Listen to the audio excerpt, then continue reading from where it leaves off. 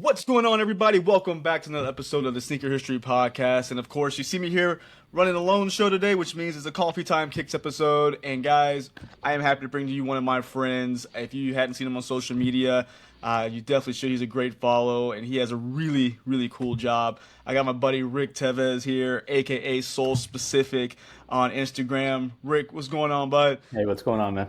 Man, not much, not much. I know we were talking a second ago. This has been a few months in the making. We've been trying to get schedules to align, but we finally made it. Dude, I'm really happy to have you on. I'm happy to talk about your job as footwear developer, right? Yeah, exactly. Yep. Cool, No, I man. appreciate having me on. Thank you very much. Yeah, and like any start to a sneaker history episode, we like to start with what we call rocking and copping. So what's on foot today? What's on the radar? Something you're looking to pick up maybe in the future. What you got, Rick? Today I wore a pair of the new PUMA Inhales. Obviously, I had to wear them to work. So they are part of the reflective pack, so they came out in two colorways. So it's a lot of 3M hits and stuff like that on the actual mesh, and then just accents and stuff. So I wore Cool. those today on foot. And then as far as things I'm trying to cop, obviously the bread ones that are dropping this weekend. Entered a couple of raffles. Fingers crossed. We'll see what happens. But I'm pretty sure I'll take an L on that one, so I'm ready for it. I know that's the one. I know people are just like, there's no real number out there what it is, and it Right. seems like all of them already been kind of sold off. So, man, best of luck to you on that one. Yeah, thank you. What has been? I had two things on foot today because I went to the gym this Nice. morning. So, first thing is going to be probably one of my, I think it might be my favorite like Puma as of right now is the Deviate Nitro 3. Oh, nice. Yep. I have destroyed this shoe, but I love this one, man. It's a great one. It's a good shoe. But then the casual shoe, I've been since I finally foam got some posits, foams, yeah. man. I've Nice. been wearing the mess out of these. Like you, I'm trying to get one of those tough releases. I'm going for that. My cop is gonna be until I'm gonna manifest this shoe to pop up in my collection for retail. But the Galaxy foam is like my first L I've ever taken in sneakers back in 2012, and I was like, Oh, wow. I worked at Champs before that, so beforehand I was easy. She's like, oh, I just want that. I just put it to the Right, side. set it aside. Exactly. Then to get the real life purchasing after that, I was like, oh, this is what it's like. This sucks. Yeah. The numbers on that one's supposed to be low as well, like for the foam posit? I don't know. Honestly, I don't think they're going to be something astronomically high, but I don't think it's going to be something super low either. Okay. I don't know. I mean, if it's anything like the past releases of the Galaxy stuff, like the LeBron 9s and the KD 4s, Right. maybe you have a decent chance. Right. But who knows, man? We'll have to wait and see, I guess, next. Hey, best Next of luck week? on that one. Yeah, right. It's like, man, we're all just like I hoping started for the on, best. right. I started on the sneakers app. I was trying to figure out. I didn't select it because I probably would never like. The shoe is iconic and it has history, but I'll never wear it. So I'm like, all right, Yeah. I gotta be a little more kind of selective as to what it is that I get and stuff like that. So Yeah, it's like make it make sense. Like I'm the same way with my collection. Like I there's a lot of things I love, and I was like, man, I want to look at it and see it, but I'll never buy it because it will never get put on my foot. It will literally sit there and collect dust forever. right, Yeah, exactly man. same. Yeah, Shoot, man, let's. I want to get right into it. So, yeah. Please of ask course. away. Ask away. So if you guys probably could figure out, Rick does work for Puma, and what I guess how did you get into that line of work? Is Puma the first stop, only stop so far? Have you? No. I did retail for a while, which was kind of like where I got started. I started doing retail like at a running specialty store when I was going to college, and then from there I kind of like took a break off of that and was doing web design and stuff. And then I got back into the retail management for Adidas and Reebok, and then slowly from there I kind of made my way into Clark's. And when I went to Clark's, I was doing quality control inspections and stuff like that on there, on a lot of the original lines that we had at the distribution center in Pennsylvania. So they would send me down there to look at like collabs and stuff like that. Like we did a bunch with like OVO and everything. So I had to go down there and inspect those. And then from there, I started working with the in-house engineers and basically kind of made my way to the commercialization engineering, which is basically like all your fit and wear test reports, measuring labs, all that stuff and everything. So I started doing that, and then kind of from there moved over to the development side. Was at Clark's doing development for about a year or so, and then applied at Puma and just kind of landed there, which I'm coming up on 3 years at Puma now. So Nice, man. So yeah. when we look at developer, and designer one and the same, or you guys work hand in hand? We work hand in hand. Basically, Okay. like the designer will have they'll get the briefings and stuff like that from the sales and merch teams and also the PLMs after they have their Okay. meetings. So the product line managers will kind of have a meeting with the designers, and then they'll show them like what it is that they want to, what the market is asking or what the client Right. is looking for and stuff. And then the designer will come together. And then when it gets to the tech packs, we work hand in hand with the designer. So we select materials, help them out and stuff like that. And then once the tech packs are complete, they'll kick them off to us. And then we basically review the tech packs, go through them like with a Okay. fine tooth comb, make sure everything's good to go. And then from there, we submit it to the offshore factories and stuff to start ordering materials and just kind of working on that from that point. So Oh, cool. we Okay. basically take like I always say like we're kind of like the architect or whatever. So we'll take like the 2D design, Yeah. whatever's on paper or on a CAD, and then we just basically bring it to life by either, you know, sending like dimensions of stuff that need to be done or ordering new materials and stuff. And then we are in charge of like fit and wear reports, all that stuff too. So Oh, cool. So when you guys are doing that, is it when you're building, I guess the initial idea, I guess that first round of samples, is it something you guys are building in house, or is it something you guys are having to ship out to factories to get built and sent back and kind of go yeah, that back and forth? everything, right. Everything is done offshore. Okay. When I was at Clark's, we had an in-house sample room that we would kind of like put Oh, together, cool. like, and I worked in that room as well. So it kind of got like to working with pattern making and stuff like that. And I also took some courses here and there for making like shoes from scratch and stuff. So, Jeez. but at Puma, we don't really have the means to do that, and we don't have all the materials that we'd be using. Yeah. So we reach out to our partnering developers overseas, and they basically reach out to the factories and start making the samples in the sample room. That's so cool. I mean, Yeah, I'm it's a sure. process. I bet, man. Like people are just like, "Oh, I got the shoe," and they don't really see the behind the scenes, and Right. it's like there's so much. Like even from that, you condensed it down so much of what you've done. I can tell. Like it's just like, hey, Yeah. point A to point B, but I know there's all these little, intricate things in between, which is really cool to really get kind of that insight because again, we all see the end product, but Right. what goes into it? Like, what is the reasoning? Like, why did we go with this material versus that? Or, Right. like you said, even like quality controls. I know a lot of people talk about quality controls from other brands, Yep. and I mean, I can tell you that as I've been doing sneakers, like sneaker media Yep. for the last 5 or 6 years, I don't ever hear quality issues from the two brands you just named, from Puma and Clark's. You don't hear about, oh, the quality of that or Yeah. like. So I mean, hey, you guys have done from all your stops. Yeah. You have definitely been doing your thing, man. No, it's definitely true. Plus, a lot of the things too, like when you start getting into more quality issues, when you're doing mass quantities or a large forecasting, so like that's where you start running into problems because Yeah. you're trying to meet the quota of when it has to be done, and then you're basically pushing out large volumes of shoes. So, Yeah.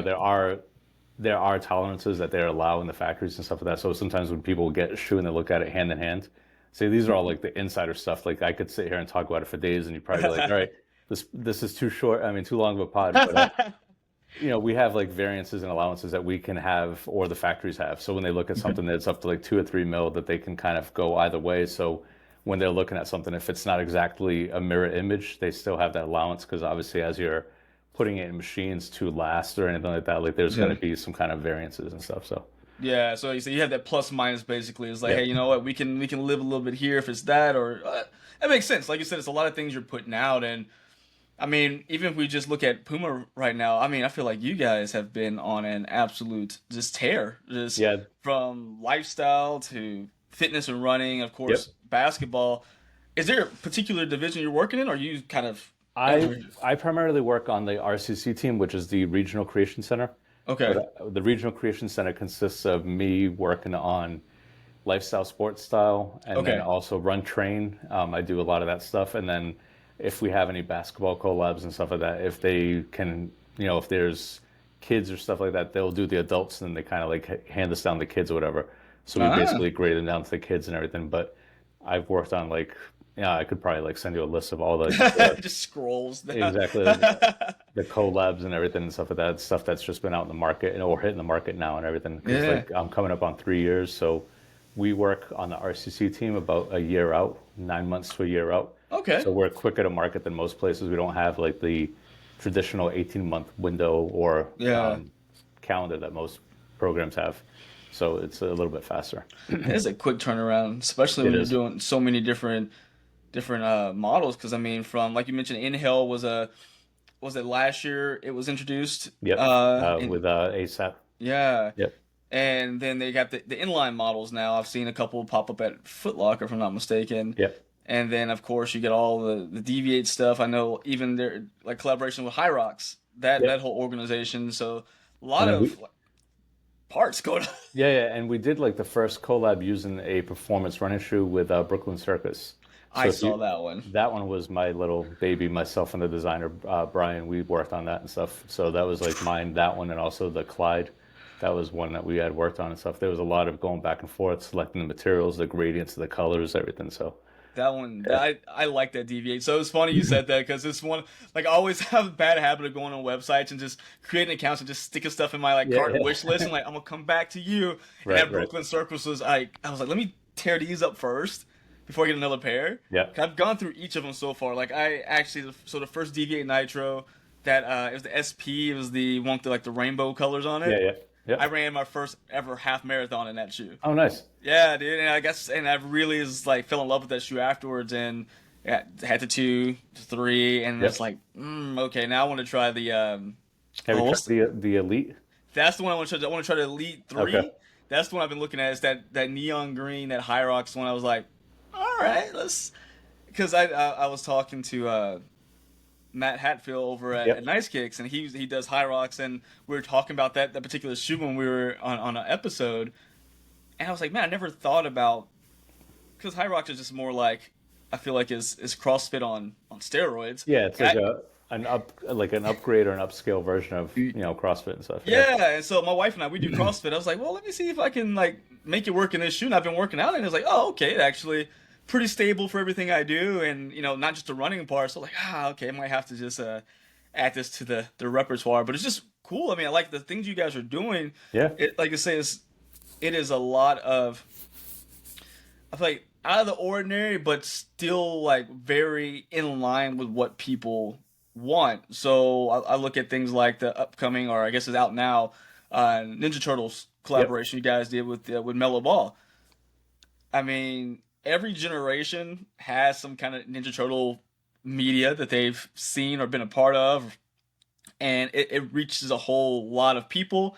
The pack is awesome, from two turtles in one shoe to the shredder, the Right. crag, all this stuff is just very creatively put together, so it can work for both kids but also adults who have that nostalgia for Ninja Turtles at that Right. Right. point. Well, did you work on that one? I worked on the kids, the Mellow 4. So the one that's Okay. the split turtles, where like one is Leonardo, one's Raphael, Yeah. Donatello, Michelangelo. The kids on juniors and preschool, I did those. I worked on those. Nice. Do you guys have like for those? I mean, I kind of kids' feet are just like kind of a different animal than like adults. Do you guys Right. have kids come in and like wear test those? Because kids will We beat down a shoe like nobody's business. Yeah, we don't. I think they did at one point, or they kind of. We have a lot of fit and wear testing overseas, so Okay. some of the times they'll do that. But like normally, what we do is we just grade it down from the adults. So Okay. if, usually if the fit and wear passes on the adults, it's going to pass on the kids and stuff. But like the kids, if you look at them, because of keeping the costs down and everything else, there's less technology usually. I mean, like if you look at, sure. there's going to be less midfoot arch support or whatever. So it's just kind of a tear down.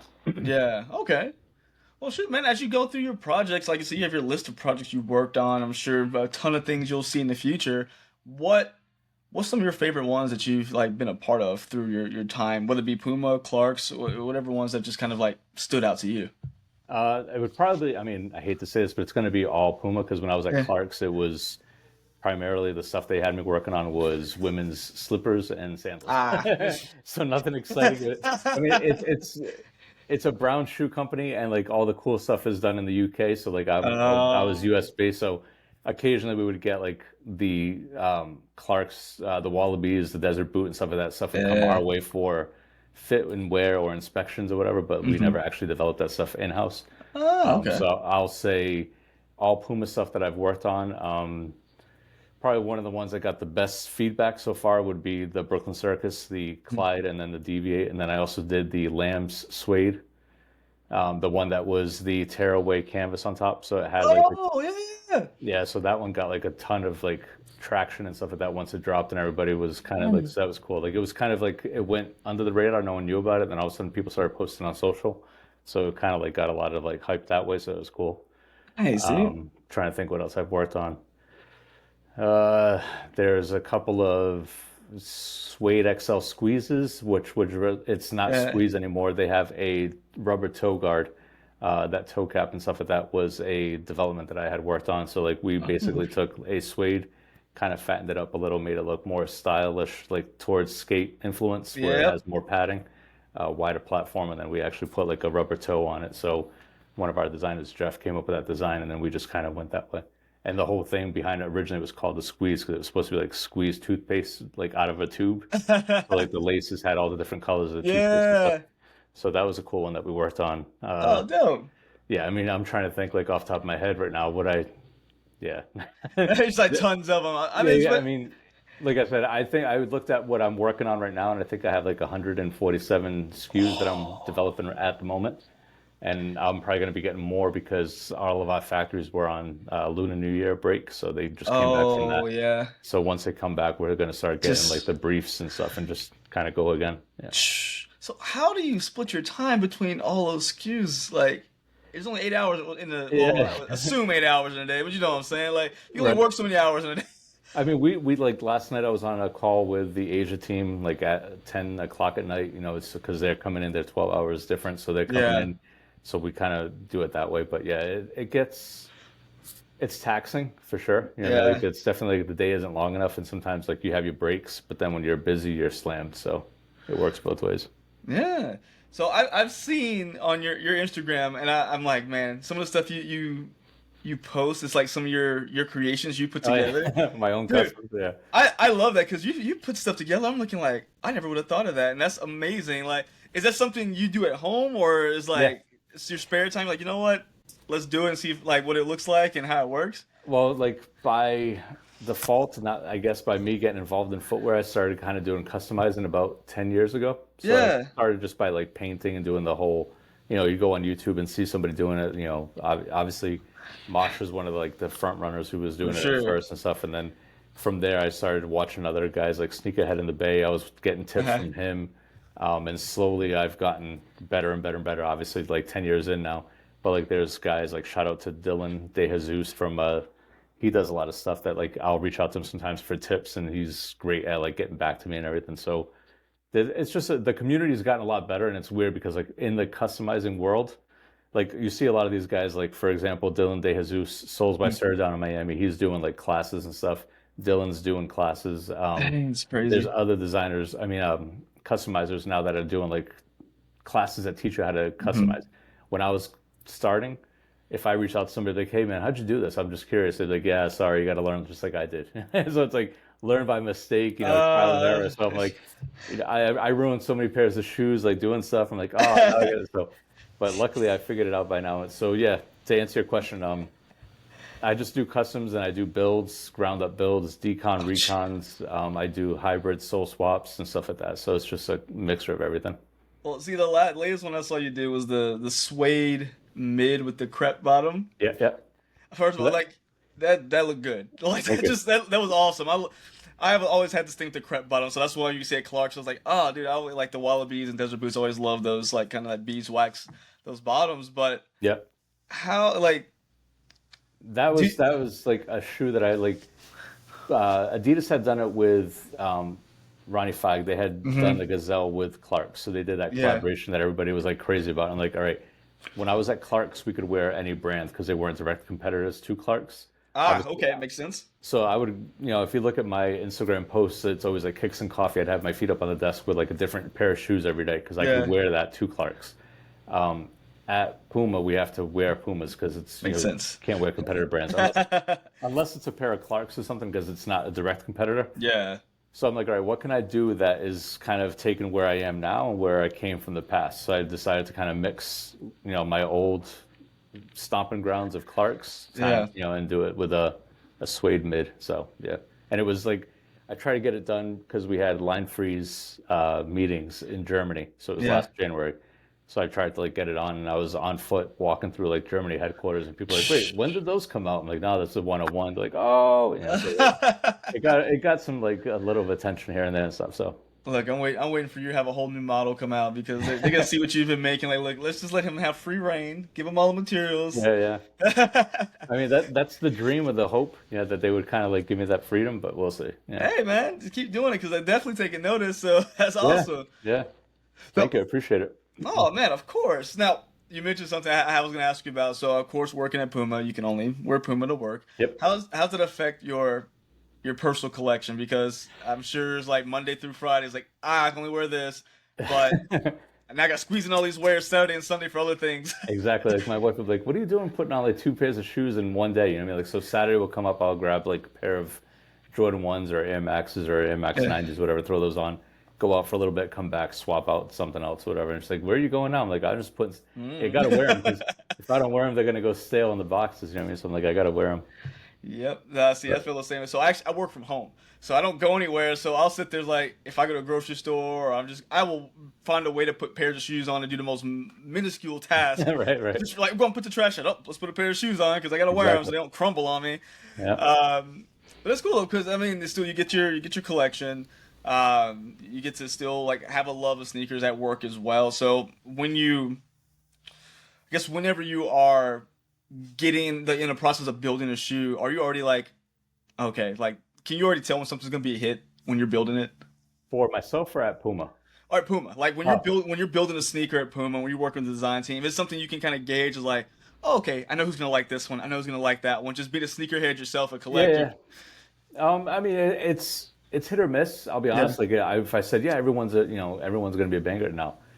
Some like, and then some of the problem that I've said this since day one when I was at Clark's too. That it's discouraging because like we'll work hard with the designers and overseas teams picking up materials, and shoes will make it to like second round of samples, and they'll look great. And then if the sales and merchandising team doesn't think that it's going to have a place in the market, they'll kill it at the last minute because it doesn't make sense to go forward with it. So like now you've put in a lot of time, developing and designing. Yeah, And it yeah. doesn't make it. So we've had like we have our walls like they, I guess you could call it the wall of shame. It's like a bunch of shoes that like never made it, but they're cool and stuff like that. So there's a few that like you see and like, all right, like we're working on a few I can't mention, but For there's sure. new styles coming out that the designers are kind of revamping and stuff and kind of predicting on what the trends will be by the time they hit the market and everything. So, Yeah. I would say if anyone likes Puma or is kind of getting into Puma, definitely keep your eye out what's coming up in the next year or so because there's going to be like I'd say like 5 or 6 different models that'll be, yeah, they're like completely ground up rebuilds, like Oh, TNs, cool. everything. So yeah, something that we've never really had before. So Oh, that's awesome. Well, I'm definitely gonna be keeping an eye out for that. Now, yep. I gotta ask you for all those ones who are all those shoes that didn't make it. I know typically, the sample like size is 9. Is anybody a size 9 walking around just like I'm gonna take those home? Or can you keep them? Like if they're just like, Yeah. hey, we're gonna trash them. We will wait until like if it's a shoe that's canceled altogether, then it's kind of like either shred it or if one of the designers want to keep them there. Obviously, they're all labeled and stamped. They have sample, do not resell. But Yeah. I would say like 90% of the designers, or we'll go 80. Yeah. They're sample size. So like if they That work must be nice. God, right, dog. so if they work on something, they're like, oh damn, it didn't make it to the market. All right, cool. Can I get those? And I'll just hand it to them after we're done. Like after they cancel it and everything in our programs, we're like, hey, do you guys want these? We have like several sample sizes, pairs, whatever. Oh, that's They'll take cool. them and then they'll wear them or they'll just use them for future references. So if they come back, maybe that somewhere down the road, maybe now the market thinks that that's going to have a chance. They'll Yeah. hold on to it and use it as a reference shoe and be like, hey, let's go off of this, but revamp it a little. So That's cool, man. I yeah. wish I was a sample size. I'd be Yeah, the me worst. too. Me too. I'm a size 11, so I'm always like, all right, I guess I gotta order all my stuff.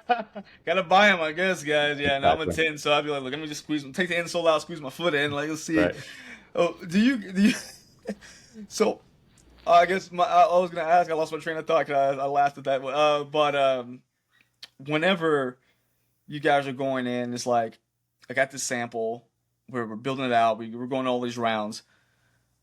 Do you ever look up one day and you're like, oh, let me scroll through my normal sneaker media? It's like, ah, crap, how did they get a picture of this? Like, do you guys ever have that moment? You're like, how in the world We did do. this get out? It's surprising because like I'm like I'm probably one of the people that are in my department or my team that kind of like are always looking at what's on in social or what's kind of like coming up. So Yeah. I'll come into work. I'm like, hey, did you guys notice this? So and so has this already on their page. How do they get these images? And 95% of the time, it's stuff that was leaked that's going to hit the market. I Yeah. have yet to see anything to answer your question that's hit photos but never made it. You know what Okay. I mean? So it's usually if it doesn't make it, you never really see it. It never sees the light of day like on social or anything like that. Okay. Unless one of the designers decides like, hey, I'm posting my wall of shame, and they kind of like they'll have like a whole Their stuff. exactly. Oh, okay. Yeah, I always wonder, like, man, it's like, how does that feel like as someone who's like working their butt off on their shoe? They look up and like, who in the world took this picture of the unfinished shoe, and now the world sees it before we're done with it, and all Right, their right. stories out. So that that's crazy to me. I still don't understand how that works. But Yeah. now, It's definitely an interesting world, and people are like it's just shoes. I'm like, like when I tell people like what I do, like, dude, you have the dream job. I'm like, to me, I love it, but like yeah, it's every day 9 to 5. You know what I mean? Like I hmm, don't like I'm thankful for it and I love doing it, but like I guess some people like that. You have a really cool job. I'm like, oh, all right, like it doesn't like maybe because I've been doing it for so long. Like, yeah, it is a cool job, but some of these people are just like, yeah, it's shoes. Who cares? You know what I mean? Like, I'm a sneakerhead at heart. I love sneakers. I love yeah, shoes. So like anything to me is like this is cool. But for sure. I think it's just because we get programmed to seeing the same jobs over and over. It's right, like, oh, okay, well, I'm not in sales, or like, oh man, Rick's not in sales. He's not a banker. He's not this. It's like this is cool because like it's not something you think about. It's like, oh, right, sneakers, and I'm like, I mean, but like you said, it's still a 9 to 5, and I can only imagine like the deadlines you guys are dealing with, especially around like the. Well, now it seems I didn't realize how sneakers have impacted things like Paris Fashion Week now, New York yeah. Fashion Week, of course the holidays, back to school, that stuff. It's like you guys are constantly on the clock, and I'm sure you just probably for all those SKUs, there's like a deadline on each of them, most Yep. likely. Yep. And then anytime that like we're getting partnerships with, last year we had a partnership with the All Star Weekend and stuff like that because we had a couple of models that players were using and stuff. So we had to like have certain things done. There's movie releases that we do with Mm-hmm. like special collabs for. So if a movie is hitting the market on a certain date, that shoe has to be ready to Ready, go and ordered and stuff like that and hit the stores before the movie actually releases or just in time. Obviously, you don't want to miss that deadline. So like, for there's a sure. lot of, I mean, you can't really tell Hollywood like, hey, push back the movie because our shoe's not done. They're Hold on, guys. right, Like right, we're not done yet. right. Now, speaking of special events, I mean, we got All Star Weekend this weekend, Yep, and reigning two-time reigning champ Mac McClung in the dunk yep, contest. yep. Is there anything you can tell me he's wearing special or? I couldn't even tell you. Like, it's not even that. I'm gonna say we just dropped the all gold. I think it was like the Clyde Pro on the website. There's like an all gold version of it. I saw, was it I would say Halliburton one of maybe he's those? wearing that one. I'm not sure. Okay. Then there's like that elite one that we dropped. That's like 250. Yeah. That one, I'm sure somebody's gonna be wearing it. So yeah, that like the basketball is like its own little like separate entity. Like those guys are like workhorses. They're always Mm. traveling. Basketball. I mean, Melo kind of like brought them in, but like they hit the market in. I think we've been back in basketball for maybe 6 years now or something like that. It's only Sounds about right. Yeah, yeah, yeah, it's yeah. only been like 6 or 7 years they've been in full bore, and they're blowing up. I mean, there's a lot of models. Obviously, like we have Stewie. She's got Oh, I her love own that like shoe. line. Her shoe is probably like from like my take. It's one that I can relate to the most, and I'm like, it's a woman's shoe, but like obviously it comes in unisex sizes. Hmm. But like a lot of the stuff that they've done or the storytelling behind that shoe is always like kind of something I could relate to more. I could see myself wearing, For even sure. though But yeah, Oh, for sure. I love the one she had for the Olympics. Is that Paris themed one? yep. Oh man, that one was it sold out like that. I was like, oh, yeah, god dog it. But no, it was. I like what they did there. I mean, I should have brought it up. It's in my closet over here. I have the first. Uh, I have the first three basketball shoes. I think that came back to market that were like the premier shoes. So it was the Clyde that was the all knit. All in it with like the cup sole. Yep. Yeah, Yeah. that was a heck of a performer. Like I was like Yeah. questioning it at first, but then I put it on court. Like, man, this thing it locks you in there, and Yep. it is solid. And then I had the so it was All Star 2020. Y'all brought this one. That was when at the time J Cole was with you or just got with you guys, and it was the Sky Dreamer. Okay.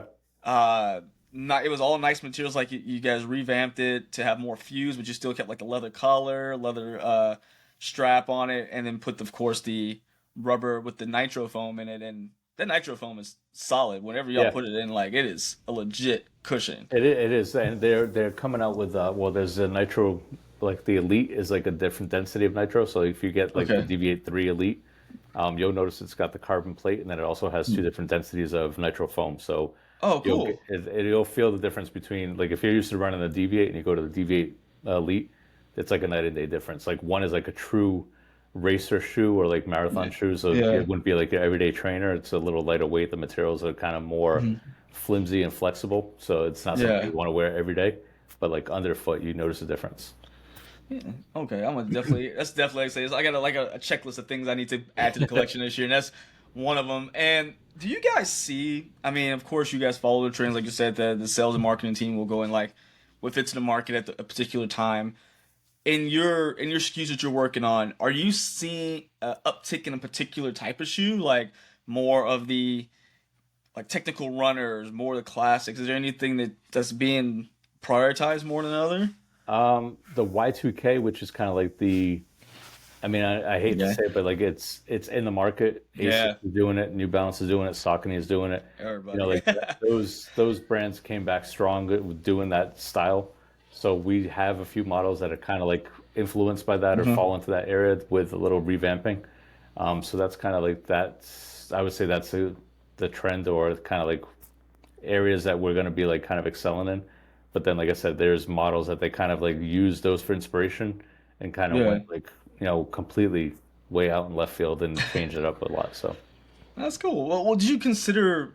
Uh, I don't know if does this fall under basketball, but Melo's lifestyle shoe. Is that something oh, you the work? LaFrance, the Yeah, LaFrance. I have a pair of those, and it reminds me of old Y2K like skate shoes. Like, so I didn't know if that would kind of fall under your jurisdiction, or is that still under the Puma That's hoops? the basketball, but like the LaFrance RSXs, I did all of those. The LaFrance Slipstream with the strap, Yeah, yeah, yeah. I did that as well. Like that was actually, I have the sample shoe at my desk. Like basically they like, hey, how can we get a strap on this? And they were trying to figure out how to do it. So I came home with my little tinkering and stuff like that, and basically like did a prototype of a strap and everything, and did pictures and sent off a copy to the factory, and they basically mimicked it, and that's what went to production. So like that's one of my little moments that I have at my desk that I'm like, all right, this is cool. Like that went to production. It was my little basement shop that I did. So yeah, Man, get this man a shoe. Come on, get this man his own collection. He's out here solving your problems for you. Now that's awesome, man. thank you. Now, outside of work, I mean, what really drew you to sneakers? What everyone has that first one or that one is like, man, this is what kind of got me addicted, if lack of better words. Right, right. No, I mean, I've always been into shoes. I didn't start my collection or my obsession until later in life, which is kind of crazy because like for a while I'd have like a random kind of like Air Max 90 that everyone had or Air Max 1 Yeah. or whatever, right? And then I was just like, I'm not really into shoes that much. I don't really go out that much using shoes. And then as I got into working like at the running specialty store, like I was saying, I kind of Yeah. like we learned there basically like how to like fit people properly and everything and learn all the technologies that went into shoes. So it kind of made me like understand the differences between shoes. And so from there I Yeah. just got like more and more. But I would say the shoe that kind of got me into the whole thing, obviously I'd love to say it was the Jordans, but it wasn't. It was the Mags. Like when I saw Back to the Future 2, Okay. I was like, Yeah. all right, I was, that movie came out. I'm like, dude, I was a fairly young kid. So when I saw it, I'm like, this shoe is cool. And then I think, I can never remember the name, but it's like the Nike pump that came like in the big plastic container. Yeah. Oh, not Command Force. No, it No, wasn't the Command no. Force. I was on go, like I got it in my cart. Actually, let me see if I can pull it up on my, I I'm know not trying to exactly. be, I don't want to be rude here, but it might still No, be. you're good. Because I was gonna sit there and think of it too. Cause I know it had like it's like I said, it's like a big cooler almost that comes in. Yeah, exactly. What is Like the name of I that might shit? still have it in my history because like I bought it and I hit on it on Sneakers app, and then it was like $300. I'm like, all right, am I gonna actually wear Oh this? my gosh, it was I ended that up, much? yeah, and this is like modern day that it released, and I'm like, all right, am I gonna wear this? And I ended up canceling it, so I'm kicking myself in the ass now because it would have been a cool piece just to have. Gotta go to eBay, man. See if you find you a good, Well, like you can lightly find, worn. yeah, you can find them on Go. I mean, eBay, they're all beat. But like if you get them on Goat, they're still up there in price too. I think they're like going for high twos or threes. Huh, So I'm like, all right, I don't really want to spend that on a shoe that's just that- gonna sit there. I'm right there with you, man. It's like, ooh, I like it, but ooh. Yeah, exactly. Sorry, I'm just scrolling here, so don't. No, you're good. I'm not trying to be rude here. No, dude, we do this all the time on our episodes. We'll stop and try to find a shoe. Right, well, hold on, Like, hold on, we got this. I mean, now I'm getting really sad because I just realized how many shoes I bought on on the sneakers app. Like, oh shit, this is a lot of shoes. Oh, the air pressure. Yes, thank you very much. Thank you. You beat me to it. This sucker is huge. I forgot how big this shoe So was. when that shoe came out, there was a local sneaker shop in the town that I grew up in, right? And it was Ryan and Son, so they called it the Gob Shop. And it was like a store that catered to all the high schools and middle school teams and stuff like that. So you could go in there to get uniforms. They also had a huge selection of running shoes, cross trainers, and it was usually like Nike. I want to say a Tonic at the time, Avia. So it was like all brands that kind of no longer really at that height, but at the time they were. And they had those, and I walked in and I was like, "Mom, I want these." She's like, "What do you mean?" I'm like, "They're the closest thing to the mags because the mags were never going to release for the general public." Yeah. But when you looked at like the silhouette, how it was kind of like a high shoe that went up the ankle and everything, and I saw that shoe, I'm like, "All right, I need this." So my mom saw the price, actually, I'm not getting that. So I'm like, "All right, cool. I guess I'm not getting it." So that kind of like made me want shoes more and more. And then obviously growing up in the era of like Jordan, Bo Jackson, Deion Sanders, Barry Sanders, like all those like trainers, the elites, the turf shoes and stuff. It's just like I came up in a good era, I guess you could say. Like, so all these classics that like are dropping again. Yes. Those were things that we were wearing on our feet every day back then. Yeah. So it's amazing to see that kind of stuff come back. I mean, especially like the turf shoes. I feel like are making a comeback from Deion stuff. Reebok brought back the Emmitt Smiths, the preseason '94s. Yep. Those are cool shoes. I mean, I feel like they're a little harder to wear every day now as adults. Exactly. But they're just cool pieces. I mean, and when you put them on, they're still decently comfortable as well because they're meant to be like run around in. And it's one of those things. Is like I like that. I mean, we're in a place with sneakers now where at least I hope it stays like this for a little bit longer, where we're not having to break our necks to buy particular pairs. So it's nice to be able to go back in and like, oh, let me try this on. Let me go get this. So like you said, from my childhood, let me go try to grab one of these for retail and be able to add it to the collection as opposed to having to spend, gratuitous amounts of money. Exactly. Because this is a big nostalgia hobby we're in. I mean, like I went to the mall the other day and KD4 Pros were sitting there. Yeah. They came out like right after I got out of college. I was like, they were super hard to find then, and I wasn't paying resale because people were silly. Like $800 was like the average price, and found them for $130. How often will I wear them? Not that often. They're really pink. Probably never. Right. But it's like one of those. It's like like you. It's like things I missed out on like as a kid, or know. It's like I add those to the collection. It's like probably not the best habit, but there's worse things out there. There is. I mean, I always talk to like, obviously like buddies of mine that have like podcasts and stuff like that. Like I'll talk to them and everything, and then we go back and forth. And I'm always like, that's my vice. And I tell my wife too, I'm like, listen, it could be worse. I could be out there doing a lot worse things than buying shoes and stuff. So, But like the problem that she has with me now is I'm running out of room to store them. And I see behind you got a big ass wall of shoes too. So you know the problem. I'm like, then the messed up part is, I would love to be like, oh, that's it. That's all of them. No, that's just the ones that have boxes that can like stand. So on my right, I have clear boxes with some of my like my personal favorites are in those clear boxes. I have a closet that's filled to the brim. I'm like this, and I keep getting rid of them. Like family of mine who's size 10, I will. I mean, there's some shoes I beat to the ground, and those are just gone. Those are ones I keep because I've worn them to death. But things that I maybe never saw the light of day, or maybe once or twice, I hand them out to my dad's my size, my youngest brother's my size, and then on my wife's side, we have a couple cousins who are my size. So I literally like fill the truck up and just like take them.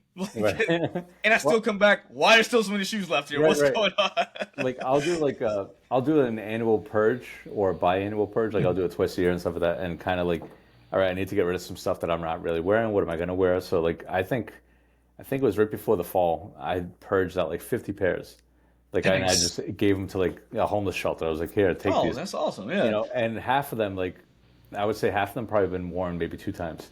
So like, and the thing with me, like I don't beat my shoes. So like anytime that you see a pair of my shoes that look like they just came out of the box for the first time, So like people getting them, they're like, "Oh, these are brand new." I'm like, "No, they've been worn. Like, when did you wear these, or where did you wear them? Because they look brand new." Like I just But take care of them, man. Don't yeah, worry about exactly. But like I'll do that occasionally, like twice a year or so, like purge and then kind of restock, purge, restock.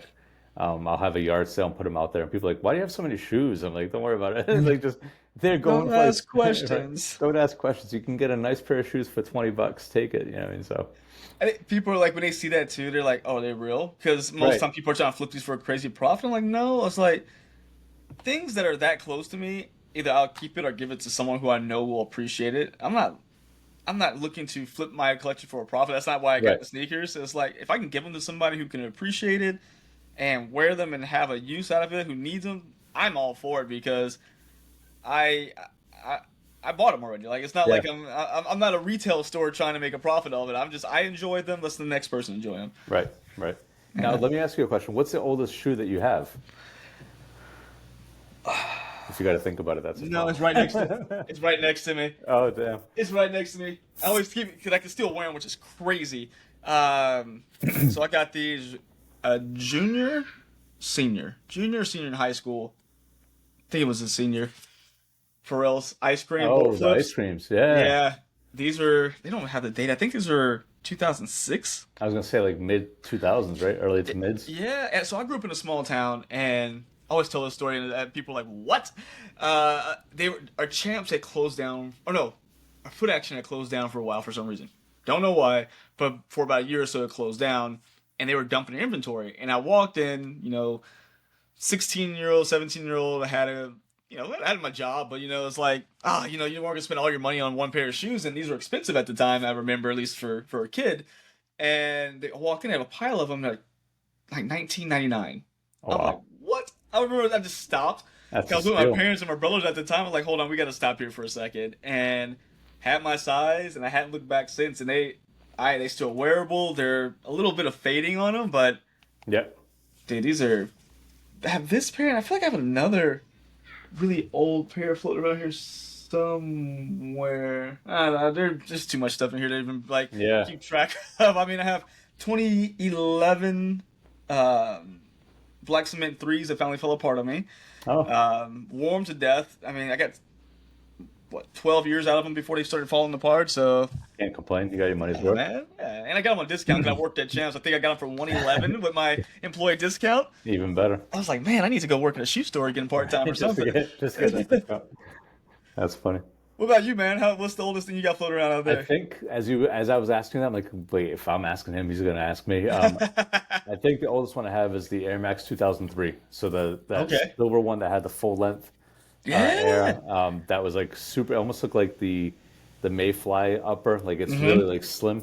That one I have, and the bubble has yellowed pretty much through. But like I've tried to like restore it, heat set it so it kind of takes out the fogging and everything Yeah. like that.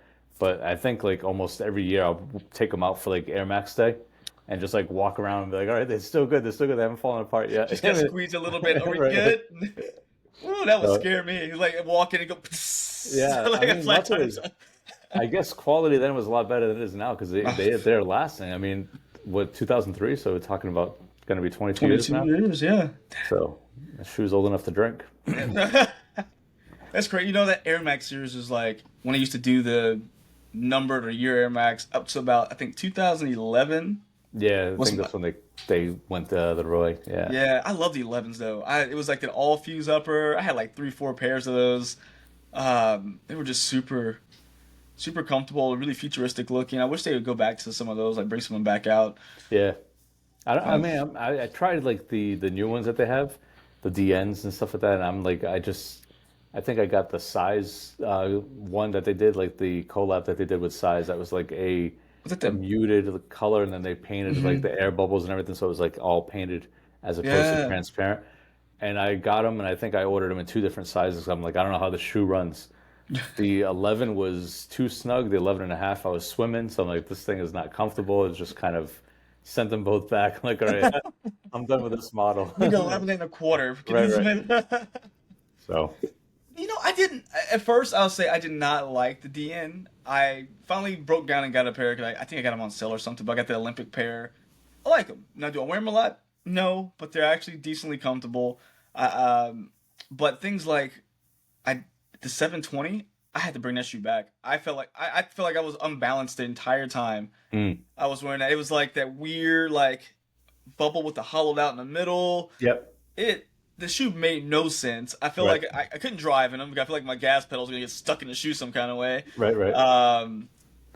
But I think a lot of things where people are hungry, at least from Nike, for more innovation because everybody else is doing it. I mean, Yeah. from you guys at PUMA to other brands, Saucony, Reebok just dropping their first basketball shoe in over a decade. People are out here, like these brands are really going out of their way to try new things, innovate. Right. Like you said, you guys have things coming up in the future we're going to be looking out for that are from the ground up. Yeah. So it is, I think as sneakerheads, sneaker collectors, we look to Nike. It's like, hey, you guys are the biggest ones in the room. Like we love our retros, but there's still like some creativity. I mean, Yeah. it's one of the big things that we're looking for, but I feel like it's kind of a double-edged sword because once they give you something creative, sometimes people will bring me a Jordan 1 back. Like, okay, well, you can't have your cake and eat it too at this point. Well, they tried. I mean, when they went when they pushed the Vapor Maxes too. Remember the Vapor Max, and they were like kind of pushing that as like the new Air Max, and you couldn't even walk in those things without sounding like you were wearing track spikes. It was a cleat. Yeah, it was a cleat. It was like snapping around. Right. And the rubber that they used on the outsole was hard. It didn't grip. It just slipped. The airbags didn't collapse. It just stayed solid. I'm like, is there air in there, or is it just solid, like nothing? You know, what I mean? It's like shocks. It's like, yeah. What's going on here? There's no springs in this shoe. Which, as a kid, that was heartbreaking to figure out. There's no springs. Vince Carter lied to me. Exactly. The Boeing commercials. Yeah, I remember that. But, so, do you guys? I'm trying to like phrase this in a way that you can answer. Like technology-wise, is the nitro foam going to be something you guys stick with for a while? I know innovation is always something you're trying to find the next better thing. I know there's nitro, and then there's the nitro SQD.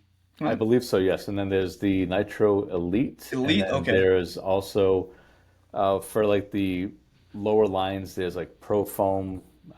There's I forget the other foam that we have, but there's Foam Light, I think. So like there's all different technologies, but I think they're always looking for new innovations because obviously like the Nitro, they want to start kind of bringing it to the lifestyle side and not just the performance side, but they were trying to keep it so when we first started using it, they just wanted to be like associated with the higher end kind of performance because like a lot of these brands, when they start using like the technology in the lifestyle stuff, it kind of like dumbs it down or it kind of like cheapens it a little. So they just try to avoid that. But I think they're going to be incorporating it just to kind of like get the hype. When they do that, they'll probably be doing another innovation of, nitro in some way, a shape. And then it's all stuff that they do in the labs. There's engineers that are sitting there constantly doing like formulas and stuff, trying to come up with new technologies. And so it's kind of crazy. Look, this is what I need you to do. I need a made in Japan suede. Those are like, if you can get them, I mean, they're expensive. So expensive. And they do small batches. And then we just did the GV special, which was in the made in Italy. So I copped 2 pairs of those. Because like one, I saw like the first one came out, I got them on foot and it's like, it molds to your foot. It's like a nice soft leather, like it just tumbled perfectly. And then I was talking to one of the PLMs, like, yeah, they're gonna do away with that shoe altogether because they kind of like lost their shirt on it. Like the profit side of it wasn't worth it because the cost of the shoe is so high because of the materials that they used. So if you want like a good premium leather shoe that fits good, feels good, that's one that you should, if it's still available, I'm not even sure, but like that's one that's good to go. I think I saw that in passing too, and I didn't even think about it. I would say, get me that shoe and then make me in your lab at home. I need a nitro Strobel to put in there. Look, I'm giving you ideas now. Go ahead and take this and like we're gonna revamp these old shoes. I have stuff like downstairs that have been like desoled and decoupled, and I'm like I have a whole lab set up that I have like my next thing that I'm working on. So like I'm trying to like. I'm working on speed cap prototypes. I'm working on some inhale prototypes, like a combination of stuff. Like I'm always kind of like, what would work with what would kind of like fit with whatever. So it's like a Frankenstein hybrid type thing. So you said the speed cat. I am not gonna lie to you. I never saw that shoe coming back. That was such a moment in the early 2000s. It was. I remember having a pair. It seemed very like a niche moment. Like you look back, like, oh yeah, I remember speed cats, and just what? I mean, they got super popular now, and I feel like Yeah. you guys don't have to come up with a lot of colors. I think what is there, red, black, and is there yellow maybe? And Yellow. There's two forms of yellow. There's yellow on yellow, and then there's yellow with a black form strip. okay, That one just dropped. They did a green as well, which is like kind of like a tealish green. okay, They just dropped a royal with like it's almost like a grayish white form strip. I just picked a pair of those up. interesting. There's a bunch of colors and there's more coming, but like they started going with like the low profile look. So Yeah, the H Street is coming back. That was like a shoe. These are all shoes from like the archives of like early 2000s. that's awesome. Yeah, I mean So that's the wave right now, man. That right, right. Y2K, like you said. Exactly. And I lived in New York when those were out. So like I remember like I wasn't into buying that's when I started buying more, but I wasn't into buying as much. Yeah, And I would see like everybody downtown in Manhattan walking around in like Mostros, Speed Cats, I have H Monstros. Streets. Mostros coming back big too. And Yeah, every time I saw him, like, oh, that person is a tourist. It's usually like European tourist people that you wear can them. Cause tell. yeah, because I mean, like, it's just the fits that people were wearing with those shoes. It kind of went with like where it was Oh, more for sure. European. It was European influence, right? So I didn't think that it would make a comeback either. And then like we had a meeting about 8 months ago or a year ago when they were like, so this is where we're going to be focusing our attention. This is what's coming Yeah. into market. And I'm like, what does like? And then they just gave us a list, and I'm looking at the list, and like, Like you know, it says Speed Cat, right? right? Like we got. I'm like, are we doing racing shoes again? Okay, here we go, Speed Cat shirt. And it's like it's Formula One inspired, right? So it's kind Yeah, of low profile, has the heel tab that kind of protects the suede from when you're driving.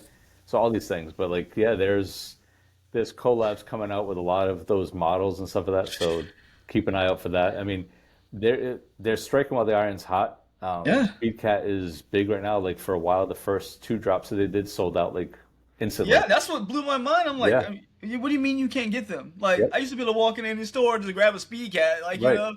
that that's cool. I mean, They I did feel like. like, Oh, okay. sorry. No, I was gonna say they did a powder blue that was kind of like Oh, a that'd be kind of Carolina blue cool. with like a darker blue form strip. That one sold out like within seconds of I being haven't online. seen that one. That sounds pretty cool. If Yeah. it was a suede It was or nubuck. Nubuck or suede. I can't remember. It wasn't leather. It was either Nubuck or suede. I never got to see it because it sold It out just before. God, like I didn't even know that one existed. I gotta find Right. that one because that would be a pretty cool color. And then there's a cream and tan one. So it's like a brown and cream. Yeah. That one dropped the same day that the baby blue ones did, and those sold out quick too. So like now the black and red are like I guess you could say like the essential colors that they kind of like restocking the most in because it's kind of like the go-tos or the classic colorways.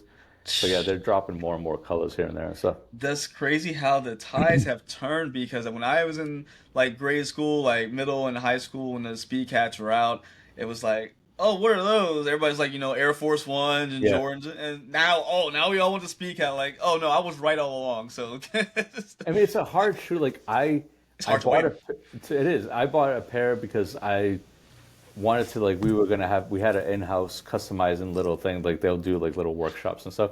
Oh, that's So dope. like, oh, bring a speed cast and customize. So I went down there. I'm like, all right, I can probably do more in my house in half an hour than but like I'll just do my own and bring it in. But like I got a pair for that reason, just to kind of like make it my own, customize and stuff.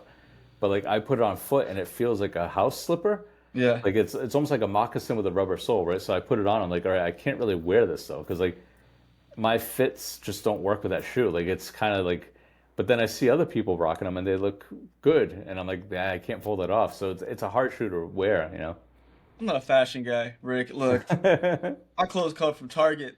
So I see these people like putting these fits together with these speed cats. I'm like, that is amazing for you. Yeah. I'm gonna look like a goober if I go out there trying to do Well, this. that's the thing. Like I'm getting up there in age too. I'm older, so I'm like I don't want to be like the guy that people like see me walking through. Like, all right, he's trying just a little too hard. I mean, like tone it down. Yeah. Like I don't want to be doing the dad fit yet. But like I want to be kind of like still coolish, I guess. But It yeah, sounds like I'm trying to be cool, but I'm like, I don't want to look like I'm trying that hard. Like you say, I right, can't go out there looking like, hey, sir, we know you have 4 kids. Calm down. Like, don't do right. that. Relax. Exactly.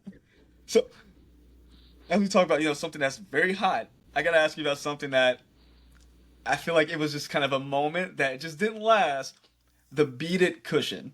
Remember, I don't know what it was called. It was like they filled the bubble up with the little like micro like Yes. beads. Yes. Yep. What was the name of that? Because I don't want to know. Damn, now you're killing me. That was before my time with Puma. I know exactly Okay. it's true because my direct manager, he actually developed that.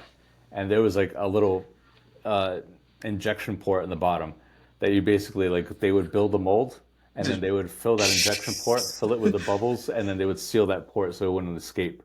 So it was more like we have a lot of shoes like the Excellion and other styles that are basically like they call them VizTech, right? So like visual technology, right? yeah. Some of them there's actual tech. Other ones it's just windows to see the technology that's there of foam working. That Okay. was one of those things where it was like bubbles were there, but I don't think they actually served a purpose.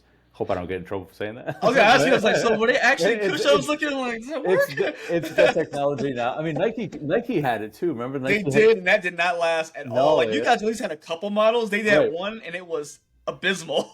Right. I mean, like it's just moving beads. I don't think it actually did anything. And like the whole like the whole theory behind it is as it compresses, those beads would absorb the impact, and Yeah, they would allow you to kind of like land softer and then kind of like rebound. I yeah. don't think they actually worked. I don't know. I wasn't there, so It's a mystery for all of us. it was before my time. Yeah. That's awesome, man. Well, shoot. I mean, I really appreciate the time today, Rick. It was Puma's one of the brands. Like, I mean, you see, there's a nice stack over here. One of the brands, like a legacy brand for me since I was a kid. I mean, from Suede's, Clyde's, middle school had a lot of the GV Yep. specials. And of course, the stuff you guys are doing now is awesome. And of course, I just love keeping up with you on Instagram and stuff too, man. Yeah. I love what you're doing out there with your customs and just being Thanks. a fellow sneaker collector is always nice to be able to talk to someone who's not just stuck in the same. I gotta just get this one Jordan, and that's all we're gonna talk about. Right. So, no, Yeah. man, I mean, I try to have variation in my rotation here. I mean, I do the best I can, but yeah, if definitely keep an eye out. Like I said, there's models coming out. oh yeah, There'll be more Suedes, there'll be more Clydes, GVs. If you wore them before, it's a completely different fit because oh, I worked with a team developing a new last and stuff like that. So we basically changed the last on that and also the fit of the shoe. So like the tooling's changed and the last has changed. So the shoe actually is a little bit wider and it sits a little lower on the midsole. So like the old oh, GV, when you looked at it, it had like a really round toe. yeah, yeah, yeah. This one sits a little flatter, so like it still has the same fit. It's more comfortable. We changed the compound in the midsole too, so it's more cushiony and it more just kind of overall better fit. So yeah, if you like the GV, that's one to keep an eye on. Hey, add it to my list, man. I was like, I gotta make sure I gotta hide my list, make sure no one like. Right. Don't worry about these shoes coming in the house. Don't bother. But no, man, I appreciate it. And guys, make sure you do follow Rick. Rick, let him know where to follow you, man. Just that Soul Specific. Right now, it's just Instagram. I did away with TikTok, and I on Twitter/X. I had deactivated my account for 30 days. I went back and I was like, oh, it's past 30 days, so they just closed my account. I'm like, all right, we'll forget about Same it. here, man. I was like, you know what? Let me leave this place. And I never looked back, and I'm okay with Yeah. that. I was like every time I was on there, all I did was just argue with people back and forth. My wife's like, "Are you getting a kick out of that?" I'm like, it's where I go to like just get my sports aggression out of it. So, yeah, it was probably better for everybody. Oh shoot, man, Rick, I appreciate you, buddy. And guys, really go follow Rick. Soul Specific. He has some really if you like customs, he has some very like when I say well done customs, he does a heck of a job. It's not just stuff just like Frankenstein together. He really has some thoughtful things he puts there, and we really appreciate him for showing up today, hanging out with us. And you guys know, of course, follow Sneaker History, hit the subscribe, like all that stuff. You know how it goes, and leave comments, guys. We love comments to know how we're doing. And till next time, guys. See ya. Thank you, man. Appreciate it. Yeah, man.